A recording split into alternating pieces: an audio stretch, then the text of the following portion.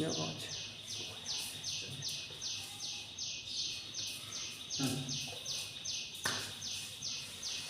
राम राम सभी साथियों को, मैं विवेक मलिक स्वागत करता हूँ आप सभी साथियों का अपने YouTube चैनल पर। चलिए दोस्तों, हम अपना सेशन आगे बढ़ाते हैं। आप सभी को ज्ञात है कि हमारी ये सुबह की क्लास जो संबंधित है मानवाधिकारों से संबंधित, तो आज हम पढ़ते पढ़ते ही हमारी इसमें चौथी या पांचवी क्लास है जो हम बात करेंगे अपने देश के संबंध में। तो अगर हम बात करें हमारे देश के संबंधित जो अधिनियम है, तो आज में हम जो यहाँ पर पढ़ने वाले हैं वो पढ़ने वाले हैं अधिनियम, और ये हो जाएगा मानवाधिकार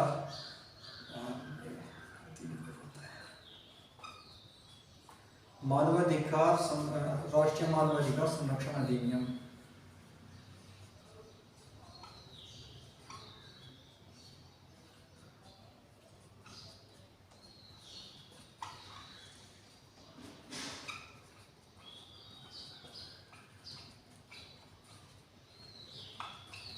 इस अधिनियम को पढ़ने के हमारे पास दो फायदे हैं। एक तो फायदा जो हमें संस्थाएं पढ़नी है, NHRI और SHRI और मानवाधिकार न्यायालय, वे तीनों ही इसमें अधिनियम में दी गई है, क्योंकि तीनों का गठन जो किया गया है इस विधि के आधार पर ही किया गया है। दूसरा, जो आपका UPSI का एग्जाम है उसमें मूल विधि का वेटेज काफ़ी बड़ा रहता है, यानी कि 15 से 18 क्वेश्चन मूल विधि के वहाँ पर आते हैं। तो ये एक्ट हम यहीं पर समाप्त कर लेंगे, तो फिर दोबारा हमें कोई इसको पढ़ना नहीं पड़ेगा। चलिए, तो अगर हम बात करें इसमें चैप्टरों की संख्या कितनी है, 8, और यहाँ पर धाराएं कितनी है, 43 हो जाएगी धारा। तो अगर हम बात करें आपकी धारा नंबर 1,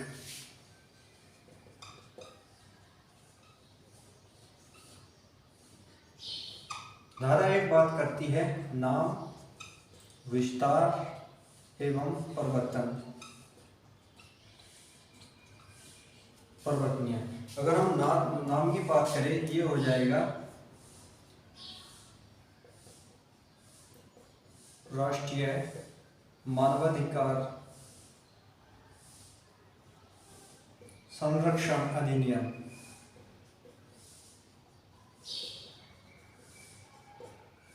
1993। विस्तार की अगर हम बात करें, विस्तार इसका संपूर्ण देश है। और वहीं अगर हम बात करें ये लागू कब से की गई, तो ये लागू हुई आपकी 28 सितंबर 1993। तो इस डेट से ये प्रभावी बनाई गई या लागू बनाई गई।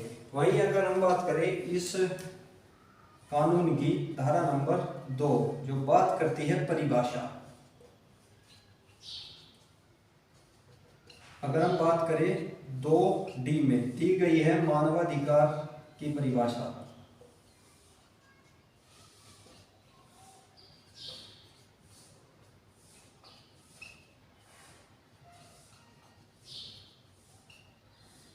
दो के ई पॉइंट में दी गया है आपका मानवाधिकार न्यायालय।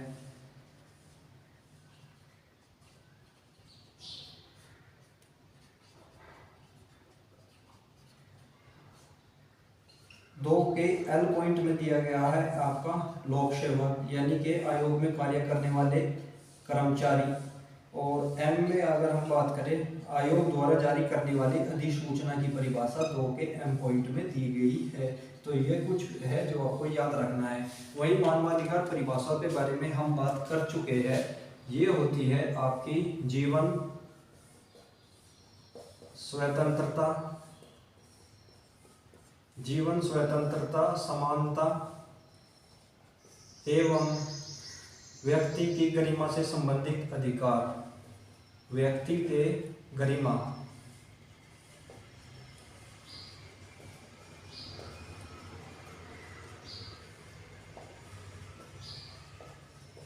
चलिए, तो अगर परिभाषा लिखनी चाहे तो ये हो जाएगा जीवन, स्वतंत्रता, समानता एवं व्यक्ति की गरिमा, यानी कि जीवन से, स्वतंत्रता से, समानता से और व्यक्ति की गरिमा से संबंधित जितने भी अधिकार हो गए वे सब मानवाधिकार कहलाएगी, जिसकी परिभाषा 2 के डी पॉइंट में दी गई है। चलिए लिख लीजिए इसे।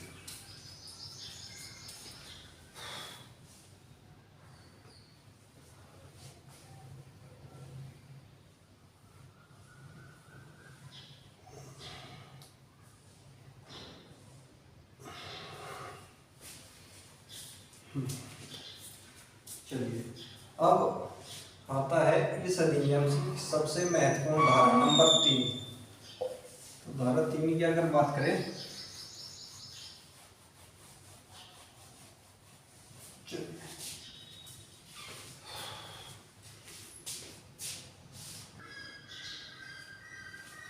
चलिए अब बात करते हैं धारा नंबर 3। तो धारा 3 क्या कहती है? धारा 3 कहती है राष्ट्रीय मानवाधिकार आयोग का गठन।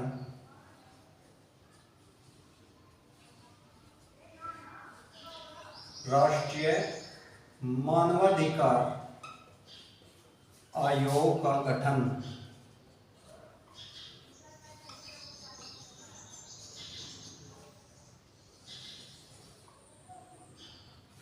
तो अब हेडिंग बना लीजिए राष्ट्रीय मानवाधिकार आयोग का गठन। सबसे पहले तो इसके बारे में जो क्वेश्चन पूछा जाता है, यह कैसी संस्था है? यह कैसी संस्था है? तो सबसे पहला क्वेश्चन तो आपका यही बनेगा। तो आपका आंसर यहाँ से क्या होगा? कैसी संस्था है? ये जो संस्था है आपकी सांविधिक, ये हो जाएगी आपकी सांविधिक संस्था, और इसी को ही कहते हैं हम वैधानिक संस्था,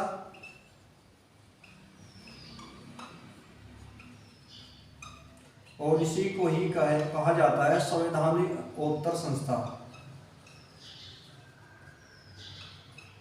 संवैधानोत्तर संस्था।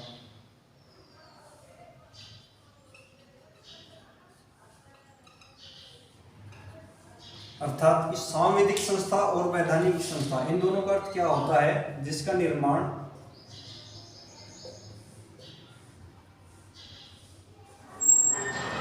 संसद की विधि द्वारा किया गया हो।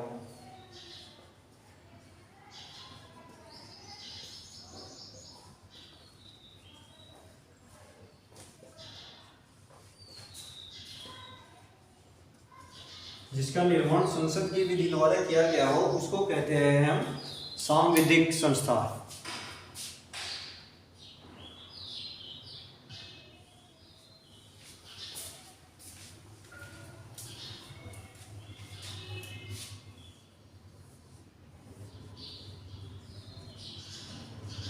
वह संस्था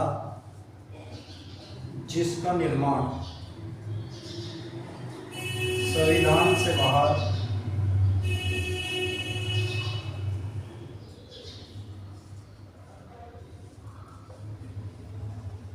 किसी विधि द्वारा किया गया हो।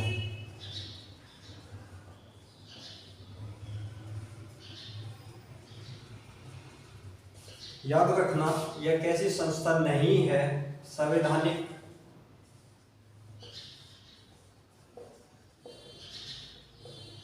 और सांविधिक संस्था।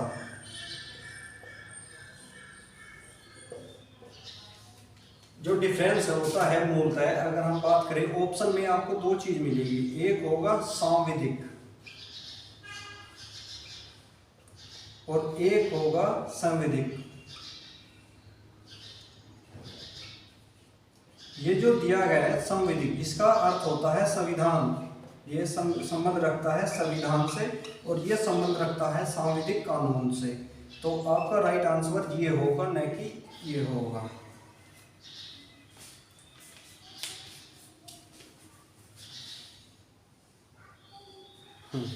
चलिए, तो आपने ये तो जान ली कैसी ये संस्था है। ये सांविधिक संस्था है जिसका निर्माण संसद की विधि द्वारा किया गया है। चलिए, अब इसके गठन की बात कर लेते हैं। इसके गठन में क्या क्या होता है? इसके गठन में अगर हम बात करें, एक तो इसका होता है अध्यक्ष,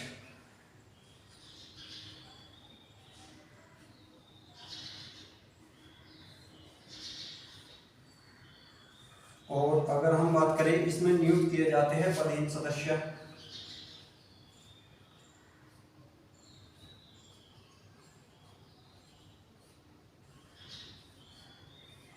और इसी में नियुक्त किए जाते हैं आपके स्थायी सदस्य।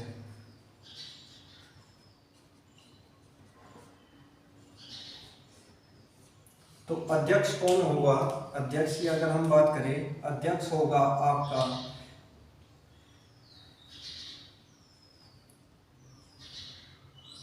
सुप्रीम कोर्ट का रिटायर्ड मुख्य न्यायाधीश या सुप्रीम कोर्ट का सेवानिवृत्त अन्य जज।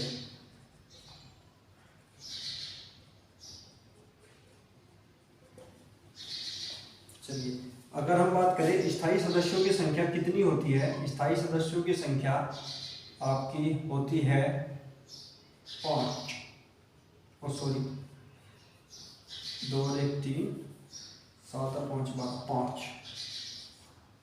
और ये कौन कौन से होता है? एक सदस्य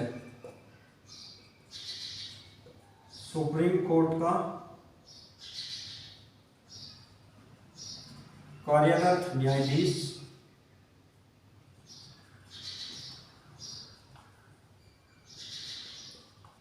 एक सदस्य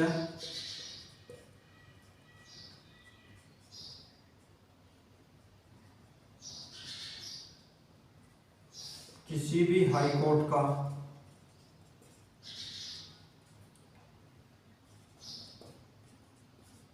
सेवानिवृत्त मुख्य न्यायाधीश।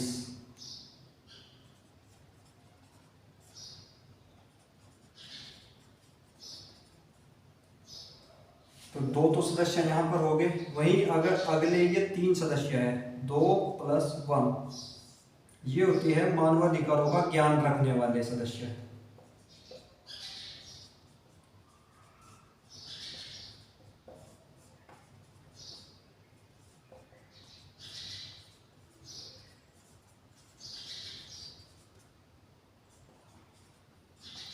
और ये जो एक दिया गया है, एक, इनमें एक महिला अनिवार्य है।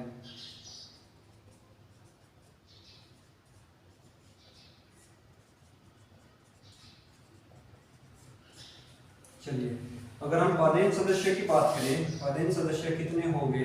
पदेन सदस्यों की संख्या होती है यहाँ पर, पहले होते थे ये 5, अब बढ़ाए गए हैं 4 और 3 7, ये हो जाएंगे 7। कौन कौन से 7 हो जाएंगे? अगर हम बात करें, ये हो जाएगा आपका SC आयोग का अध्यक्ष,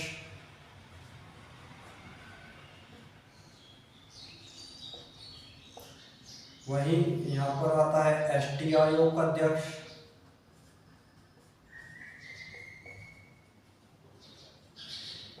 अल्पसंख्यक आयोग का अध्यक्ष,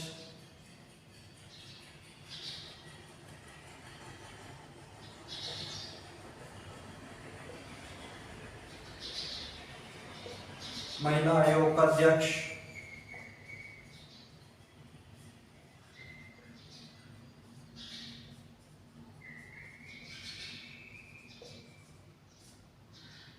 और इसमें आता है OBC आयोग का अध्यक्ष,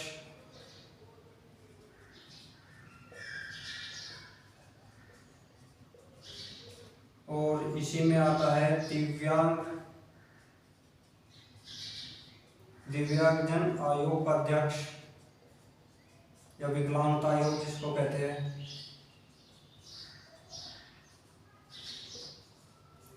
और OBC आ गया, दिव्यांगजन आ गया, और एक और इसमें जोड़ा गया था,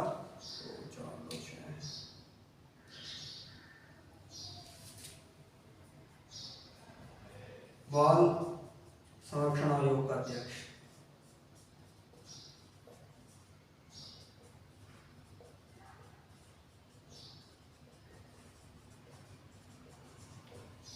तो ये होते हैं इसकी संरचना का स्वरूप। वहीं इसका एक CEO भी होता है जिसको हम कहते हैं मुख्य कार्यपालक अधिकारी। एक इसका क्या होता है?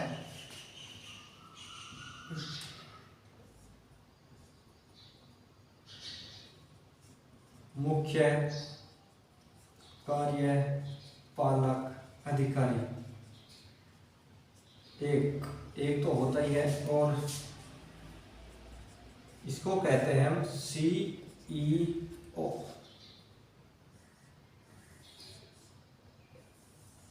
चलिए, तो अब हम अगर बात करें अध्यक्ष के बारे में, चलिए लिख लीजिए पहले से।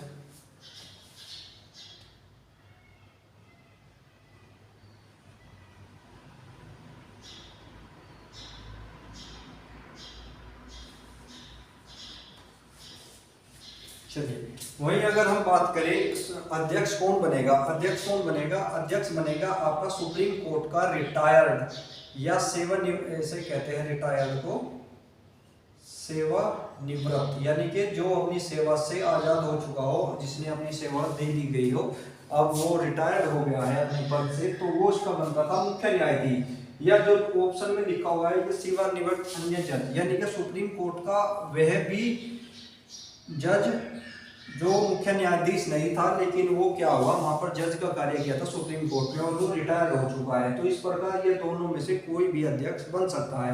पहले क्या होता था, पहले केवल मुख्य न्यायाधीश को ही अध्यक्ष बनाया जाता था, लेकिन मुख्य न्यायाधीश जो बनते हैं वो सीमित बनते हैं, और जजों की संख्या ज्यादा होती है, तो अध्यक्ष के चुनाव में ज्यादा दिक्कत का सामना नहीं करना पड़ता। इसलिए यहाँ पर जोड़ा गया, ये जो पूछेगा यहाँ से, ये जोड़ा गया था सुप्रीम कोर्ट का सेवानिवृत्त अन्य न्यायाधीश। ये संशोधन 2019 से लागू है।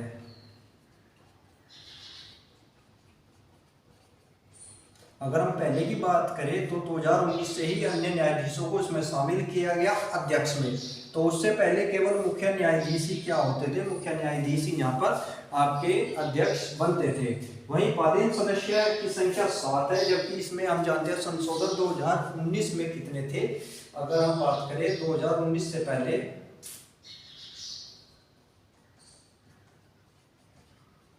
इनकी संख्या केवल कितनी थी, 4 थी। तो ये हो जाएगी जैसे सुप्रीम SC आयोग का अध्यक्ष, ST आयोग का अध्यक्ष, और अल्पसंख्यक आयोग का अध्यक्ष, और महिला आयोग, ये थी पूर्व की। लेकिन अगर हम बात करें OBC आयोग का अध्यक्ष, दिव्यांगजन विकलांगता आयोग का अध्यक्ष, और बाल अधिकार संरक्षण आयोग का अध्यक्ष, ये जोड़े गए संशोधन 2019 से प्रभावी बने या जुड़े गए।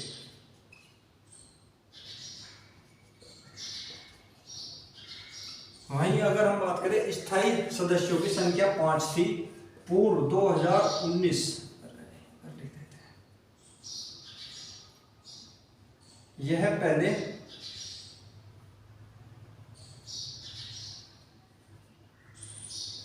3 थी।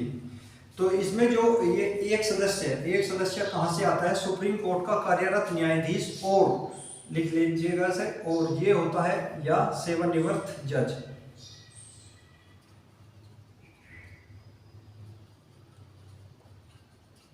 चलिए, वहीं एक सदस्य आता है किसी भी हाई कोर्ट का सेवानिवृत्त मुख्य न्यायाधीश या कार्यरत न्यायाधीश।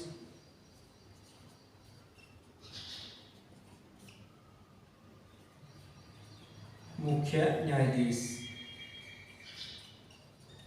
चलिए, और 3 हो जाएगा मानवाधिकारों का ज्ञान रखने वाले सदस्य, इनमें से एक महिला अनिवार्य है, जबकि इनकी संख्या पहले 4 थी, अब ये 5 कर दी गई। तो अगर हम बात करें तो ये हो जाएगा संशोधन 2019 से प्रभावी।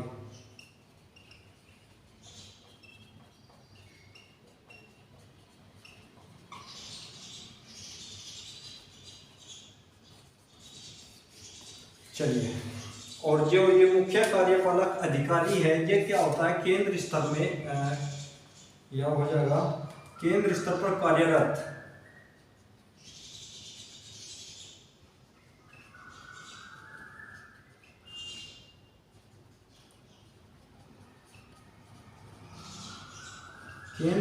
कार्यरत कोई भी सचिव स्तर का अधिकारी।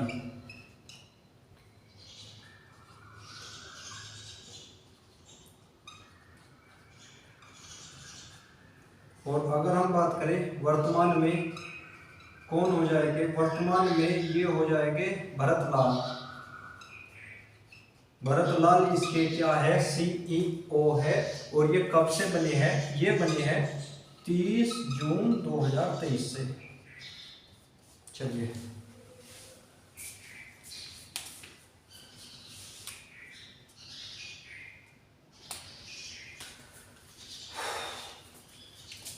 तो मुख्य कार्यपालक अधिकारी भरतलाल है जो 30 जून 2023 को बने। अगर हम अध्यक्ष की बात करें, अध्यक्ष जो ये जोड़ा गया है ये बड़ा इंपॉर्टेंट बन जाता है। कोई भी सेवानिवृत्त जज, पहले क्या होता था केवल अध्यक्ष उसे ही बनाया जाता था जो सुप्रीम कोर्ट में जो चीफ जज ऑफ इंडिया बनते हैं, chief justice of India CJI, उसको ही क्या करते थे, अध्यक्ष बनाया जाता था। लेकिन अब क्या हुआ, अब इसमें अन्य जज भी जोड़ दिए गए जो 2000 संशोधन में जोड़ा गया, जो 19 के संशोधन में जोड़ा गया। वहीं इनकी पहले सदस्य 4 थे, यहाँ पर इनकी संख्या 7 कर दी गई 2019 से। इसमें कौन कौन से जोड़े गए, ये तो इसमें पहले थे ही महिला आयोग था, लेकिन इसमें OBC, दिव्यांगजन और बाल संरक्षण। अगर हम दिव्यांगजन और को ही क्या कहते हैं, विकलांगता आयोग का अध्यक्ष जो बनता है, ये पदेन सदस्य इसलिए कहलाते हैं क्योंकि ये इनका चुनाव नहीं होता। ये SC आयोग का अध्यक्ष जिसे सरकार नियुक्त करेगी वो उसका स्वतः पदेन सदस्य बन जाएगा, तो इसलिए ये पदेन सदस्य होते हैं। यानी कि ये शपथ मतलब जो इनको नियुक्त किया जाता है किसी अन्य विभाग में या किसी अन्य आयोग का अध्यक्ष किया जाता है, लेकिन वो इसमें स्वतः ही आ जाते हैं। वहीं स्थायी सदस्य की बात करते हैं जिनका चुनाव ही इनके लिए होता है, वे सदस्य 5 होते हैं। एक सुप्रीम कोर्ट का कोई भी कार्यरत यानी कि वर्तमान में कार्य कर रहा हो या रिटायर्ड हो चुका हो, वो मर्जी है किसे नियुक्त करेंगे। दूसरा, एक सदस्य किसी हाई कोर्ट का मुख्य न्यायाधीश, वो कार्यरत भी हो सकता है या रिटायर्ड भी हो सकता है। और अगर हम बात करते हैं 3 जो मानवाधिकार के ज्ञान रखने वाले व्यक्ति होते हैं, इन 3 व्यक्तियों में से एक महिला का होना अनिवार्य है जो 2019 के संशोधन से प्रभावित किया गया। चलिए, ये था गठन के बारे में संरचना जिसमें हमने सब कुछ जाना। अब हम इसके अगले की धारा की अगर बात करें, इनकी नियुक्तियों से संबंधित, जिसकी चर्चा हम करेंगे कल। चलिए, तो फिर आज के सेशन में यहीं तक अपना रखते हैं। इससे आगे की चर्चा हम कल के सेशन में करेंगे और पढ़ेंगे इससे आगे की धाराएं जो मानवाधिकार आयोग से संबंधित है। 5, 6, 7, 8, 9, 10 तक हम कल जाने का प्रयास करेंगे। चलिए, फिर मिलते हैं अपने कल के सेशन में। तब तक हमारे सेशन को सब्सक्राइब करें, वीडियो को शेयर करें। धन्यवाद।